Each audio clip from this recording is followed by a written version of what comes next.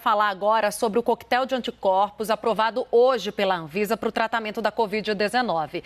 Se trata de um combinado de 2 remédios experimentais desenvolvidos pela farmacêutica Rocher, que já é usado lá nos Estados Unidos, a gente informou aqui, em pacientes com mais de 12 anos de idade que não necessitam de suplementação de oxigênio, ou seja, em casos mais leves da doença. E agora a gente conversa com o gerente-geral de medicamentos da Anvisa, o Gustavo Mendes. Gustavo, boa tarde, bem-vindo ao 360. Eu já vou pedir para você explicar sobre como é feito esse coquetel, né, com a soma desses 2 medicamentos, que são produzidos a partir de anticorpos monoclonais. O que você pode explicar para a gente? O que isso significa para a gente entender direitinho e até também entender por que ele é direcionado apenas a casos leves e o que está sendo investigado a partir daqui, Gustavo?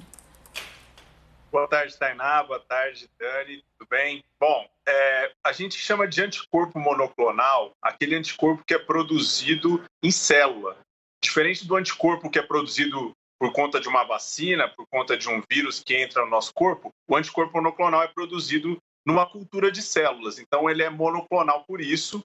E a ideia desse medicamento é inserir esses anticorpos em pacientes que estão no início da fase da doença. Então, até 10 dias do início dos sintomas, se administra esse conjunto de anticorpos, são 2 anticorpos. Esses anticorpos impedem o vírus de entrar na célula e se propagar. E aí, por isso que se tem uma redução de em torno de 70% das hospitalizações e das mortes. Então, a ideia é justamente prevenir hospitalização. Doutor Gustavo, prazer falar com o senhor novamente aqui. Importante esse esclarecimento, porque a gente tem, na verdade, primeiro a gente teve o Remdesivir, né, um medicamento que, por ter sido o primeiro aí a manifestar resultados e que nos deram esperança, né? A nós e ao mundo todo, o tratamento da Covid, a gente viu o preço explodir. Hoje, nós ouvimos outros especialistas aqui, pesquisadores, dizendo que, de novo, o preço desse coquetel pode ser um problema para que ele seja utilizado em larga escala, né? Se todo ambulatório do SUS, por exemplo, poderia ter um coquetel como esse. O senhor tem uma estimativa, primeiro, de preço e se existem projetos semelhantes sob análise na Anvisa, que tem demonstrado aí resultados promissores? Claro, não quero nem que o senhor diga nome nem nada, mas apenas para a gente saber se novas pesquisas já estão no radar da Anvisa e podem nos trazer aí uma oferta maior de medicamentos. Dani, a gente aprovou mais de 80 pesquisas desde o começo da pandemia aqui na Anvisa. Pesquisas regulatórias, pesquisas que têm por objetivo o enfrentamento do vírus, não só na fase viral, mas também na fase inflamatória da doença. Então, a gente tem uma esperança, uma expectativa de que, à medida que esses resultados desses estudos mostrem dados importantes ou interessantes e que valha o risco-benefício, a gente tenha novas aprovações. Então, estamos nessa esperança de que tenhamos outras opções. E, realmente, a questão do preço é uma questão que não é regulada pela Anvisa, né? Existe uma Câmara, a Câmara de Medicamentos, que é uma Câmara interministerial, né? Ministério da Economia, Ministério da Saúde, a Anvisa atuando como secretária dessa Câmara, é que define o preço baseado no investimento e baseado nos estudos que foram conduzidos.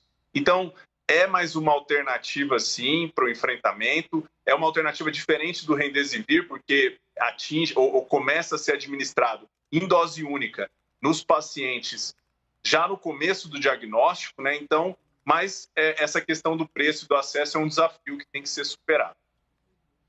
Agora, Gustavo, eu queria que você explicasse, né, que hoje foi dado o aval para uso emergencial, né? Que tipos de dúvidas ainda precisam ser sanadas à Anvisa? Quais são as avaliações que vocês fazem ainda sobre esse coquetel para conceder lá na frente o uso permanente, a autorização de fato? Pois é. É importante esclarecer, e até retomando um pouco da sua pergunta no primeiro bloco, Tainá, ainda tem estudos em andamento com essa associação de anticorpos, né? A gente ainda tem estudo, por exemplo, para profilaxia da infecção, a gente tem estudos para populações especiais, então está em andamento uma série de estudos, inclusive os estudos que embasaram esse resultado da decisão que a gente tomou hoje. Ainda está em andamento e ainda precisa de um acompanhamento, porque a gente, ao longo de todo esse tempo, precisa saber se o risco compensa o benefício. O que a gente tem hoje é que o risco desse produto é muito baixo, não tivemos nenhum caso grave de eventos adversos relatado, então a gente acredita que tem um perfil de segurança bom, mas esses estudos ainda precisam ser concluídos. Isso na parte de segurança e eficácia, mas a gente ainda tem aspectos de qualidade que precisam ser melhor desenvolvidos. Por exemplo, a gente determinou um prazo de validade de 12 meses para esse coquetel. Só que os estudos que embasam a validade ainda são estudos muito preliminares. Pode ser que a gente tenha uma validade maior até, e a empresa vai precisar concluir esses estudos para poder submeter o registro. Além disso, algumas alterações em bula, algumas alterações no processo de fabricação, que para o produto que vem para o Brasil, tudo isso faz parte do que a gente espera que venha para efetivamente a gente conceder o registro desse anticorpo. Doutor Gustavo, eu sei que o senhor tinha uma janela muito curta de espaço e veio aqui para trazer esclarecimentos a respeito do coquetel, mas eu preciso aproveitar a presença do senhor aqui porque a Anvisa, o senhor, o órgão como um todo, vivem um momento de pressão sem precedentes, né, na história da Anvisa, enfim, do órgão. E um personagem muito importante nessa pressão é a vacina Sputnik V. A gente está vendo agora que o governo federal está tentando fazer uma compra direto com a Rússia, checar direto lá, sem intermediário, para ver se assim os dados chegam de maneira mais rápida e satisfatória para a Anvisa, que segue cobrando mais informações. O senhor consegue nos atualizar a respeito do status dessa negociação? A gente sabe que vai ter uma inspeção lá. Como é que está essa conversa a respeito da Sputnik? Porque a pressão ela vem de todos os lados, dos governadores, dos prefeitos, do governo federal, enfim, e da própria população, né, que está um tanto quanto cansada e assustada com o avanço da Covid. Pois é, todos estamos, e nós aqui da Anvisa estamos trabalhando dia e noite para que qualquer vacina ou qualquer medicamento que tenha apresentado todos os dados que mostre segurança, qualidade e eficácia seja o quanto antes disponibilizada para a população. Então, essa é a mensagem inicial que eu queria passar. No que diz respeito à Sputnik, temos uma equipe lá que está inspecionando, então a inspeção começou no final da semana passada, ainda estão na fase. Acho que tivemos um probleminha com a fala do Gustavo Mendes, diretor de medicamentos da Anvisa. Bom, ele se posicionando a respeito das tratativas em relação à Sputnik V.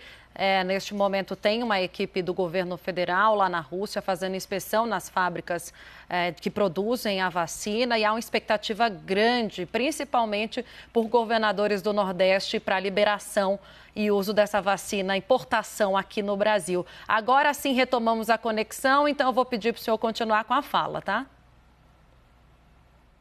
Pois é, tem uma equipe que está lá na Rússia, estamos aguardando maiores manifestações da equipe, a inspeção tem acontecido de maneira positiva e da nossa parte aqui, que estamos, dos especialistas que estão avaliando, nós emitimos exigências, ou seja, o que seriam exigências? Seria a necessidade de esclarecimento, né? Esclarecimento sobre os estudos que foram conduzidos na Rússia, sobre os dados que foram apresentados, isso faz parte do processo de avaliação.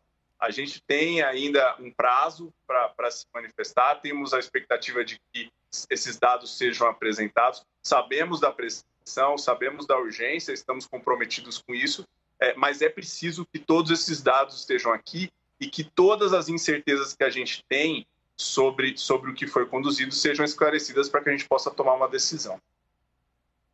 Neste momento, inclusive, Gustavo, enquanto a gente conversa, os governadores do Nordeste que fazem parte daquele consórcio que adquiriram a vacina Sputnik e trabalham pela importação dela, estão reunidos no Ministério da Saúde para tratar desse assunto. E eu te pergunto também, porque a gente noticiou aqui recentemente uma reunião da Anvisa com os governadores e eles saíram muito frustrados, né? Palavras ali de muitos que participaram, se dizendo frustrados, porque foi uma reunião reunião muito longa e, segundo eles, para explicar o que eles já sabiam sem muito andamento. Para vocês, como é que tem sido lidar com a pressão dos governadores, dos estados, que esperam, claro, até justamente por um retorno a respeito desse imunizante?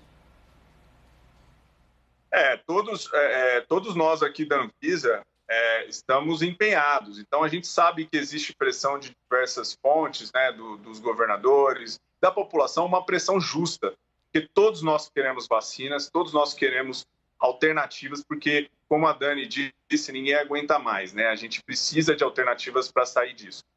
Só que a nossa função é técnica. A nossa função, claro, considera a situação da pandemia, considera a urgência que nós temos, mas nós precisamos ter um mínimo de informações e dados e certezas para que a gente possa dizer que uma vacina pode ser utilizada em larga escala. Isso implica a necessidade que nós temos como técnicos e as pessoas como cidadãs de saber que o que estão injetando nela é realmente uma vacina que vai trazer um benefício, que não vai trazer nenhum risco. Então, por isso que é importante essa análise técnica que a gente faz. E, claro, a gente não refaz trabalho que outra agência faz, mas a gente precisa ter acesso a todo o racional técnico-científico, todas as informações que foram utilizadas por outras agências, para que a gente possa saber se é possível extrapolar para a nossa população. Então, por isso esse cuidado que a gente tem, porque a gente sabe da importância de ter uma agência reguladora técnica e que não esteja sujeita a pressões políticas ou outras pressões que não sejam o foco na saúde da população.